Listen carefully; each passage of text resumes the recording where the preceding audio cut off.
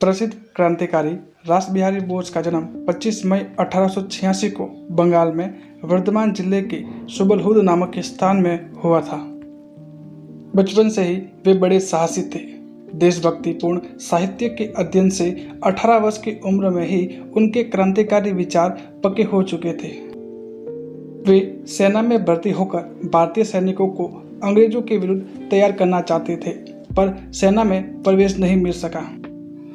अतः इन्होंने देहरादून के वन अनुसंधान संस्थान में नौकरी कर ली और उसकी आड़ में उत्तर भारत में क्रांतिकारियों का एक संगठन करते रहे। लाला हरदयाल के अमेरिका चले जाने के बाद रास बिहारी बोस ही भारत के क्रांतिकारियों के नेता थे। बंग के बाद जब अंग्रेज राजधानी कोलकाता से दिल्ली लाए, उसी समय 23 दिसंबर 1912 को रास बिहारी बोस और उनके साथियों ने दिल्ली के चांदनी चौक बाजार में वाइसरॉय लॉर्ड हार्डिंग के ऊपर बम फेंककर तहलका मचा दिया, पर वे पुलिस के हाथ नहीं आए। अब उन्होंने अपने अन्य सहयोगियों के साथ सैनिक छावनियों में जाकर प्रचार करना प्रारंभ किया। अनेक बटालियन उनका साथ देने के लिए तैयार भी हो गई थी। कुछ समय बाद जब प्रथम विश्व युद्ध चल रहा था, 21 फरवरी 1915 की रात में क्रांति का शुभारंभ करने और अंग्रेजों अफसरों को गिरफ्तार करने की योजना बनाई, पर दो देशद्रोहियों ने, जो अंग्रेजों के एजेंट थे और क्रांतिकारियों के वेश में दल में शामिल हो गए थे, भेद खोल दिया। इस प्रकार ये योजना सफल न हो सकी।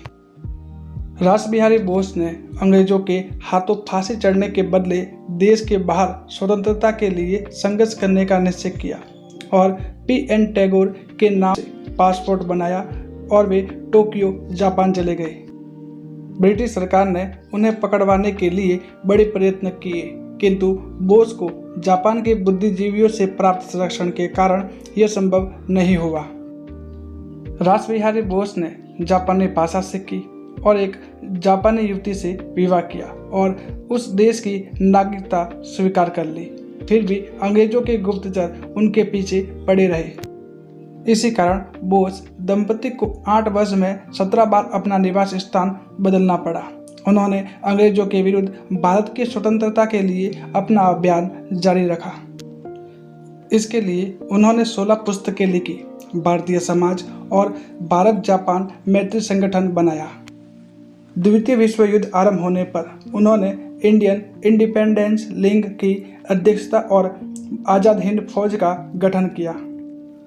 1943 में जब नेताजी सुभाष चंद्र बोस सिंगापुर पहुंचे, तो रास बिहारी बोस ने इंडियन इंडिपेंडेंस लीग की स्थापना की अध्यक्षता तथा आज़ाद हिंद फौज का प्रधान सेनापतित्व उनको सौंप दिया। उन्होंने कहा, अब मैं बूढ़ा हो गया हूँ और यह काम युवकों के लायक है। नेताजी ने उनको अपना सर्वोच्च परामर्शदाता बनाए रखा था। अस्वस्थता के कारण रास बिहारी बोस को चिकित्सा के लिए टोक्यो जाना पड़ा।